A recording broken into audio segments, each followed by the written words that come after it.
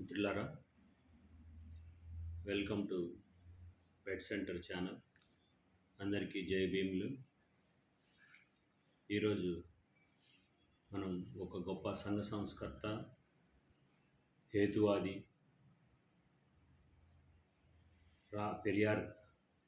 పెరియార్ గారి 146వ జయంతి శుభాకాంక్షలు అందరికీ. ఆయన 1879లో సెప్టెంబర్ 17వ తారీఖున జన్మించి తమిళనాడులోని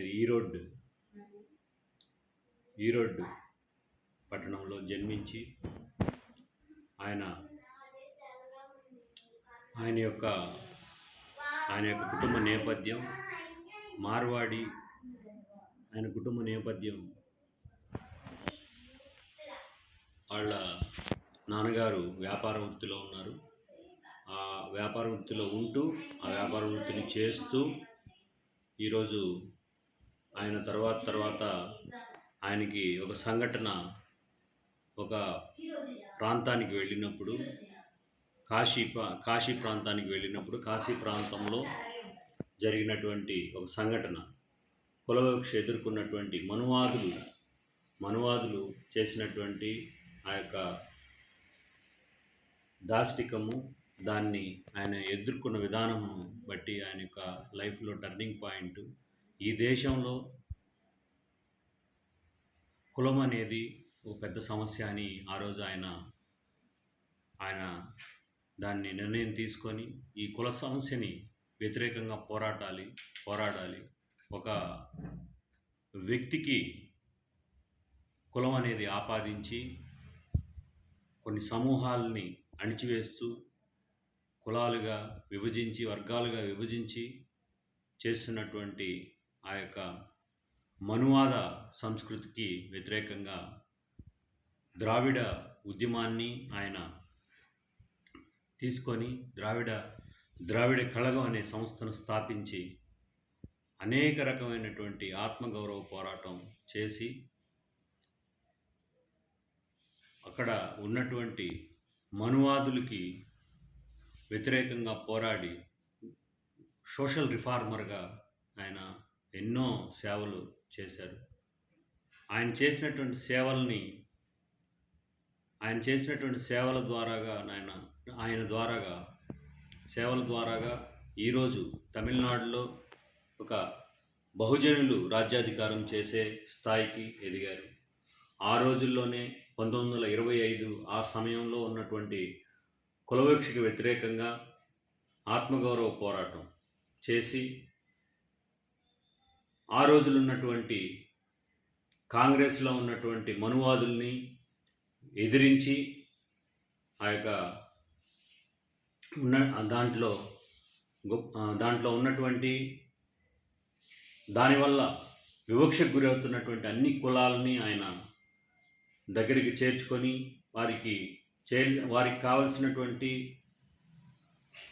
ఆత్మగౌరవం సంబంధించినటువంటి అనేక విషయాలు నేర్పి వారు ఏ విధంగా అయితే సెల్ఫ్ రెస్పెక్ట్ తోటి బతకాలి అనేటువంటి పోరాటం చేసి ఆ యొక్క పోరాటం ద్వారాగా ఈరోజు తమిళనాడులో ప్రతి ఒక్క సంస్థలో, ప్రతి ఒక్క దాంట్లో అది సెల్ఫ్ రెస్పెక్ట్ మూమెంట్ ద్వారాగా బహుజనులు ఈరోజు అక్కడ రాజ్యాధికారం చేయటానికి ఈరోజు అక్కడ కారణమయ్యారు. వివక్షకి వ్యతిరేకంగా ఆయన పోరాడాడు. ముఖ్యంగా కులవివక్షకి వ్యతిరేకంగా పోరాడాడు. మనిషిని మనిషిగా గౌరవించాలి, సమానత్వం ఉండాలి, ఈ యొక్క అనే విషయాల్లో ఆయన చాలా పెద్ద పోరాటం చేసి హేతువాద సిద్ధాంతాన్ని ఇచ్చేసి, హేతువాద సిద్ధాంతం ద్వారాగా ఆ యొక్క మతంలో ఉన్నటువంటి వివక్షను కూడా ఆయన ఎదుర్కొని ఆ యొక్క హేతువాద సిద్ధాంతాన్ని ఎక్కువగా ప్రచురితం చేసి సైన్స్ని ప్రమోట్ చేయాలి, ఈ యొక్క హేతువాద సిద్ధాంతం ద్వారాగా ఈ మతంలో ఉన్నటువంటి అనేక విషయాలు కులం ద్వారాగా, ఆ మతం ద్వారాగా, మతంలో ఉన్నటువంటి అనేక సిద్ధాంతాల ద్వారాగా అనేక వివక్షలు, అనేక రకమైనటువంటి జోగిని వ్యవస్థలు, అనేక రకమైనటువంటి మూఢనమ్మకాలు, వీటన్నిటికీ వ్యతిరేకంగా పోరాడి వీటన్నిటినీ మతంలో వచ్చినటువంటి ఆ మతం ద్వారాగా చేస్తున్నటువంటి అనేక దాష్టికాలని, అనేక అణగారిన వర్గాల దాష్టికాలని ఆయన పోరాడి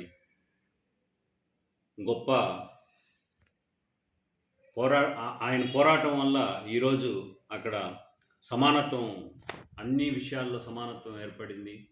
అనేక సెల్ఫ్ రెస్పెక్ట్ మూమెంట్ ద్వారాగా ద్రవిడ పార్టీలు ఏర్పడినాయి.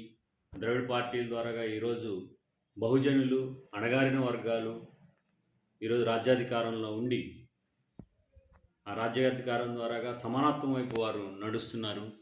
అది గొప్ప మార్పుకి నాంది పలికినటువంటి మన పెరియార్ గారి బర్త్డే సందర్భంగా 2 విషయాలు పెరియార్ గారు మనకి చెప్పింది. ఒకటి, సైన్స్ని అభివృద్ధి చేసుకోండి, సైన్స్ ద్వారాగా, సైంటిఫిక్ టెంపర్ ద్వారాగా ఈ యొక్క మూఢనమ్మకాలు వీటన్నిటినీ తీసివేసి, మతంలో వచ్చినటువంటి మూఢనమ్మకాలను తీసివేసి సైన్స్ ద్వారా అభివృద్ధి చెందాలని ఒకటి చెప్పారు. అదేవిధంగా వివక్షకి వ్యతిరేకంగా ఆయన పోరాడాడు.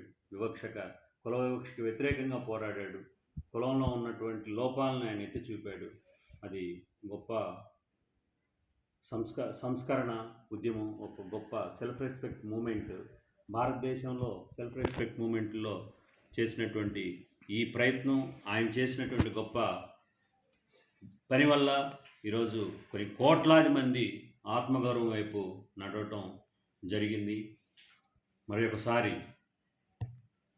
146వ జయంతి శుభాకాంక్షలు. మనం అందరము పెరియార్ యొక్క మార్గాన్ని మనం అనుసరించి ముందుకు నడవాలని కోరుకుంటూ మన ఛానల్ని సబ్స్క్రైబ్ చేసుకోండి, షేర్ చేయండి, లైక్ చేయండి, కామెంట్ చేయండి. థ్యాంక్ యూ మిత్రులారా, థ్యాంక్ యూ.